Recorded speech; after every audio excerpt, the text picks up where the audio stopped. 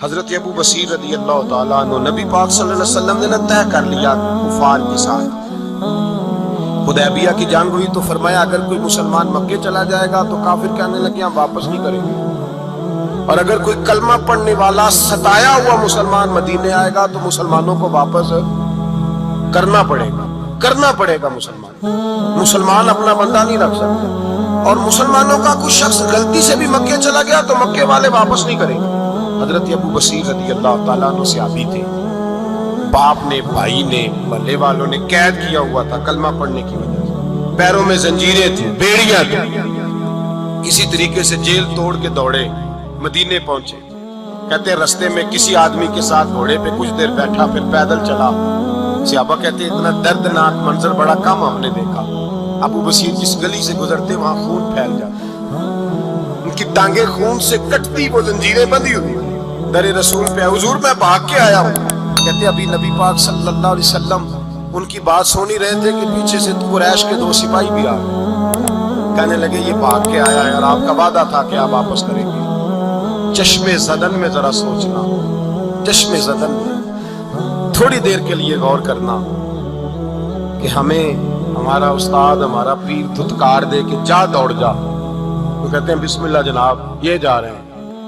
ایمان کی پختگی دیکھیں، اس نے تو ہمیں نکال ہی دیا جی، وہ کیسا بندہ ہے، یہاں تو کسی کے یہاں کوئی فاتحہ پڑھنے نہ جائے تو لوگ بگڑ جاتے ہیں۔ کہتے ہیں اس نے سلام نہیں لی، فاتحہ نہیں پڑھی، بس ختم، اس کو احساس ہی نہیں۔ حضرت سیدنا ابو بصیر سامنے کھڑے، سامنے 2 سپاہی آ گئے، ذرا دیکھیے ایمان کی پختگی، ایمان، یقین اور استقامت۔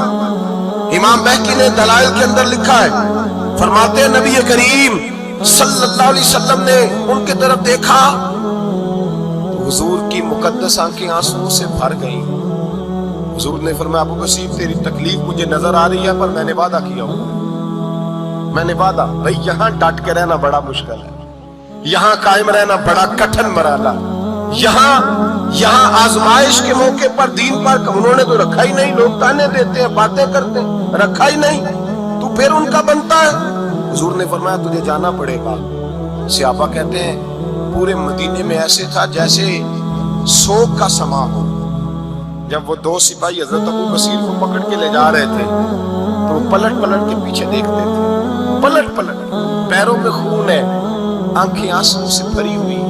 فرماتے ہیں جب وہ پلٹ رہے تھے تو مدینے کی گلیاں بھی رو رہی تھی۔ میرے نبی پاک جب وہ آنکھوں سے اوجھل ہو گئے تو حضور بیٹھ گئے زمین پہ، نبی پاک نے رونا شروع کر دیا۔ فرمایا اللہ تو نے اس شخص کی مدد فرمانی ہے، اس پر کرم کرنا ہے، اللہ اس کا خیال فرمانا، اس کے لیے دعا کی۔ حضور روئے۔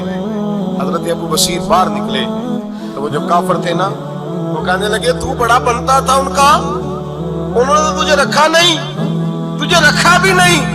تو حضرت ابو بصیر نے تھپڑ مارا منہ پہ، کہنے لگے میں وہ نہیں جو تھوڑی سی بات سے بدل جاؤں، ایمان، یقین اور استقامت کی دولت ملی ہوئی ہے۔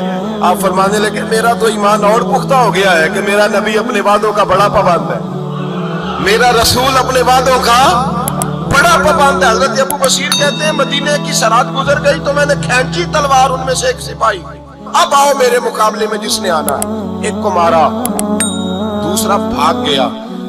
فرماتے ہیں اب میں مکے جا نہیں سکتا تھا، جاؤں گا تو وہ زیادہ ماریں گے۔ مدینے حضور نے قبول نہ فرمایا۔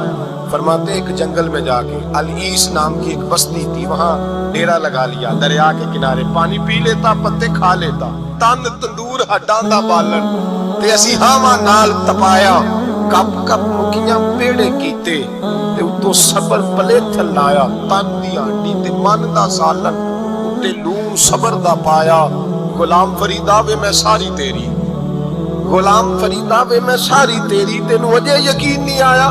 فرماتے سالوں پتے کھائے، اب جو بھی وہاں سے تانگ ہوتا وہ میرے پاس آ کے پناہ لے، جس کو مکے والے مارتے میرے پاس آ کے کہتے ہیں، تانے دینے والے آ کے کہتے ہو تم کس طرح کے نوکر ہو، تمہیں تو انہوں نے رکھا ہی نہیں۔ ہم نے کہا چپ کر جا، وہ ہمارے آقا ہے، وہ ہمارے آقا ہے، رکھے تب بھی ٹھیک ہے، نہ رکھے اللہ اکبر۔ ایمان دیکھو، قوت دیکھو، جڑیاں قسماں دی وچ رضا وسن بھاگ جاگ جاندے انہاں گولیاں دے تے میں گڈی ہتھ ڈور سجن دے، او جنج رکھے اونج رہنا، واجب نہیں کہ وچ شریعت منتا قسم نو کہنا.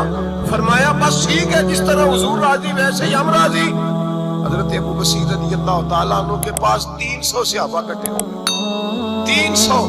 حضرت ابو بصیر جب مدینے کی سرحد سے گزر رہے تھے نا تو نبی پاک نے ایک آواز دی تھی. فرمایا ابو بصیر ایک وقت آئے گا کہ میرا پیغام تجھ تک پہنچے گا، ایک ٹائم آئے گا. حضرت ابو بصیر سے جب کوئی کہتا نا کہ زندہ کس بات پہ ہو تو فرمانے لگے مصطفیٰ کے فرمان پہ بڑا یقین ہے، بلاوا آئے گا. مجھے یقین ہے کہ مجھے بلاوا، بڑی امید ہے سرکار قدموں میں بلائیں گے اور کرم کی جب نظر ہوگی مدینے، مجھے یقین ہے کہ مجھے بلاوا. حضرت ابو بصیر رضی اللہ تعالیٰ عنہ فرماتے ہیں کہ وقت گزرتا گیا، 300 لوگ کٹھے ہو گئے. جب کوئی مسلمانوں کا قافلہ مکے کے پاس سے گزرتا تو مکے والے لوٹ لیتے تھے. حضور نے بھی اجازت دی مدینے والوں کو، اگر ان کا قافلہ کوئی آئے تمہیں بھی حملے کی اجازت ہے. کفر کا مال مال غنیمت ہے.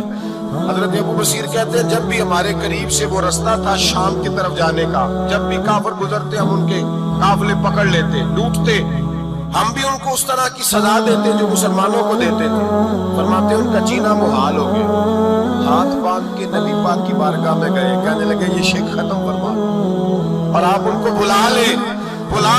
حضرت ابو بصیر فرماتے ہیں میں بوڑھا آدمی تھا، دن بھر میں کام کرتا، محنت کرتا، اس علاقے میں کھیتی باڑی کرتا. جب رات ہوتی تو میں کسی پہاڑ کے ٹیلے پہ بیٹھتا اور مدینے کی جانب منہ کر لیتا اور میں انتظار کرتا بلاوا کب آئے گا، کب حضور کا پیغام آئے گا. میں انتظار کرتا. حضرت ابو بصیر رضی اللہ تعالیٰ عنہ بیمار ہو گئے، شدید بیمار، سخت بیمار تھے تو قریش نے شیخ ختم کی. حضرت ابو ہریرہ کہتے ہیں نبی پاک نے 2 صحابہ کو رکا دیا. فرمایا جاؤ اسے جا کے کہو آ جائے، اسے کہو آ جائے. صحابہ کہتے ہیں ہم پہنچے تو ان کا آخری وقت چل رہا تھا، آخری ہجکیاں تھی. ایمان اور یقین دیکھو، آخری ہجکیاں. لوگ کہتے ہیں ابو بصیر وقت آ گیا، وہ کہتے ہیں نہیں ابھی وقت نہیں آیا. وقت تب آئے گا جب نبی پاک کا بلاوا آئے گا. حضور کا وعدہ تھا وقت تب آئے گا جب میرے نبی کا بلاوا آئے گا. ابھی بلاوا نہیں آیا تو ابو بصیر کا وقت بھی نہیں آیا. صحابہ کہتے ہیں ہم نے جا کے رکا تھمایا، اٹھنے کی بھی طاقت نہیں تھی. جب حضور کا رکا لیا نا تو دونوں جو مٹھیاں بند کر دی، گویا جھوم جھوم کے نعرے لگانے لگے آؤ دیکھو میرے نبی کے وعدے کتنے سچے ہیں، آؤ دیکھو حضور کے وعدے. چومتے حضور کا نامہ سر پہ رکھتے، سینے سے لگاتے اور کہتے ہیں پھر بلند آواز سے کلمہ پڑھنے لگے.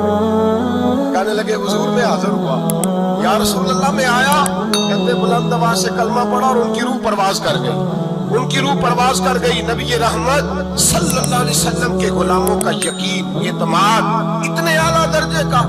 کمزور مسلمان، دائیں بائیں دیکھتا مسلمان، کفر کے وعدوں پر اعتبار کرتا، یہودی عیسائی اور سکھ کے وعدوں پر اعتبار کرتا، دنیا دار ٹھاکر چور کے وعدوں پر اعتبار کرتا، یہ رب کریم کے وعدے پر اعتبار نہیں کرتا. یہ اللہ رسول کے ساتھ اپنی توجہ کو مبذول نہیں کرتا.